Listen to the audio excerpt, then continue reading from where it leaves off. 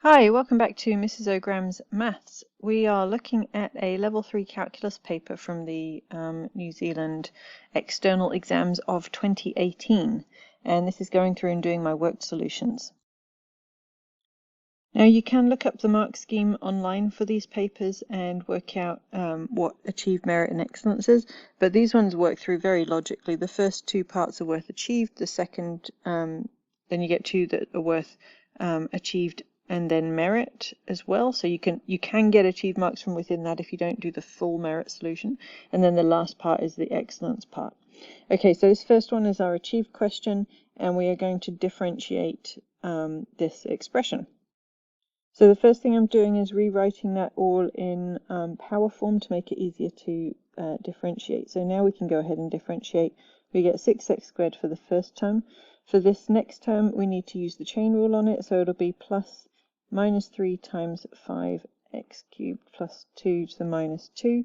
Multiply it by the derivative of the inside, which is 3x squared, so that's this bit differentiated. It says not to simplify, but I am just going to tidy it up just a little bit. And I just spotted a mistake that I made. That should have been a minus 4 power there. Reducing minus 3 by 1 takes us down to minus 4. And then when we tidy up, we get this answer. On to part B. So we need to show that 9f of x plus f double dash of x is equal to 0. So to work that out, we need to work out f double dash of x. So differentiate once, and we get minus 9 sine 3x, just using the chain rule. Differentiate again, and we'll get minus 27 cos 3x, using chain rule again. So now 9f of x plus f double dash of x will be equal to this expression here, and 9 times 3 makes 27, so then that equals 0. Right, part C, we need to find the gradient of this curve. So to find gradient, we need to differentiate. To do that, we are using the chain rule. So I'm setting up that u is sine x squared, because that's the same as sine squared x. It's easier to think about in power form like this. And then y is ln u. So if we differentiate each of those, we get that du by dx is 2 sine x cos x, again using the chain rule in there, and dy by du is 1 over u. So then we get dy by dx is dy by du times du by dx, which comes out to this, which works out to be this once we substitute in what u is. Now we need to find the gradient at the point where x equals pi by 6, so we substitute that in. Now you want to use your identities here so that you get some exact values. Where you can, you should avoid getting decimals, and you should recognize that pi by 6 is one of our special values that we can get exact values for. So sine pi by 6 is half, and cos pi by 6 is root 3 over 2. So if we substitute that into our dy by dx, we can finish it off like this, giving our final answer as 2 root 3. Okay, on to part D. Take a minute to have a read through this. Takes a little while to wrap your head around this one. So this one is a rates of change question. So the first thing to do is try and write down some of the rates you've been told. So the rope here, we've got a rate that it's being winched in at a speed of 0.6 meters per second.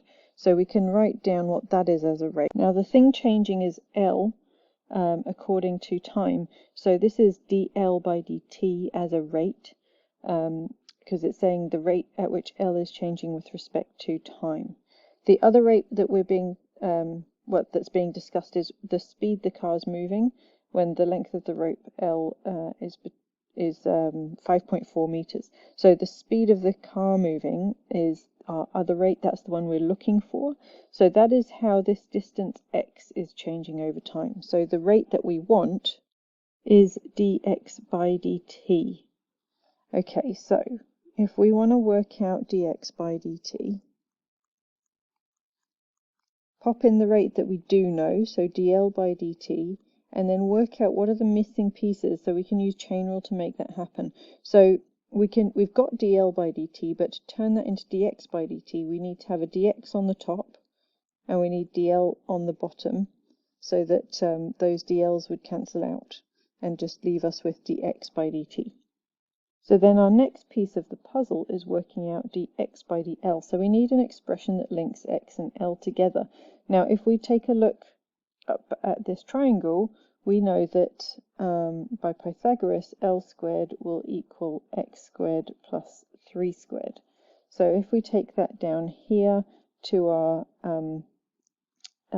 expression for x in terms of L, then x squared would be equal to L squared minus 9, which is 3 squared.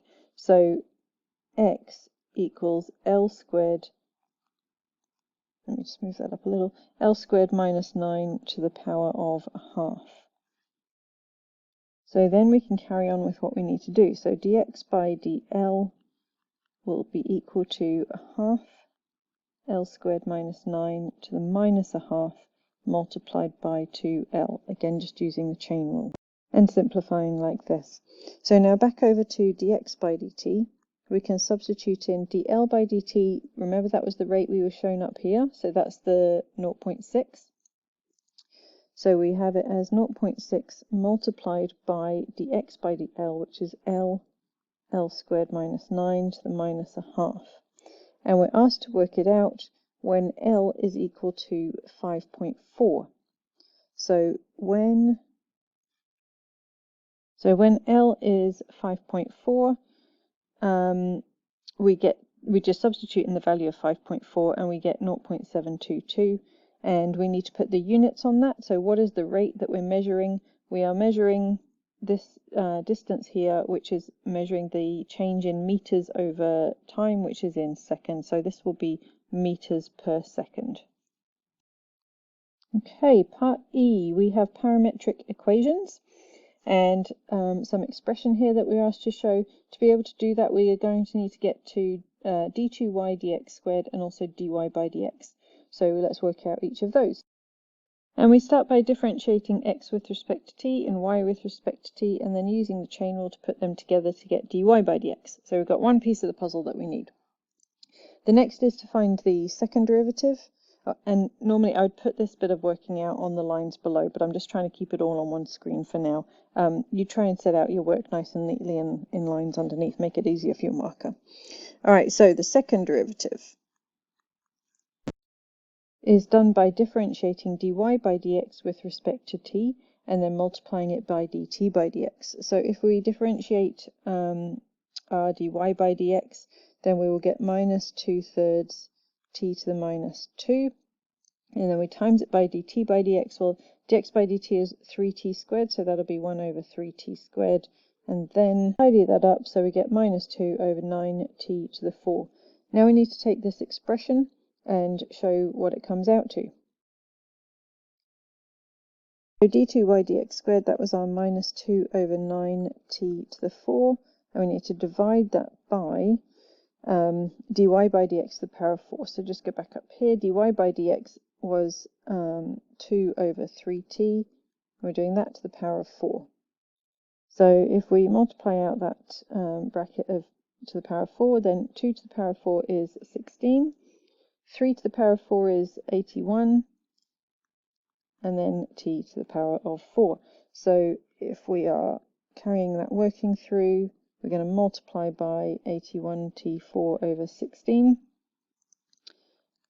which comes to minus 2 times 81 over 9 times 16. Since those t's cancel out there, the t to the 4 and the t to the 4, that is a constant. It does in fact come to minus 9 over 8, which of course is a constant number. That brings us to the end of question 1, and I will go and do question 2 now and upload it, and it should be the next video in this playlist. If this was at all helpful to you, please like and subscribe, and it helps other people find these solutions as well.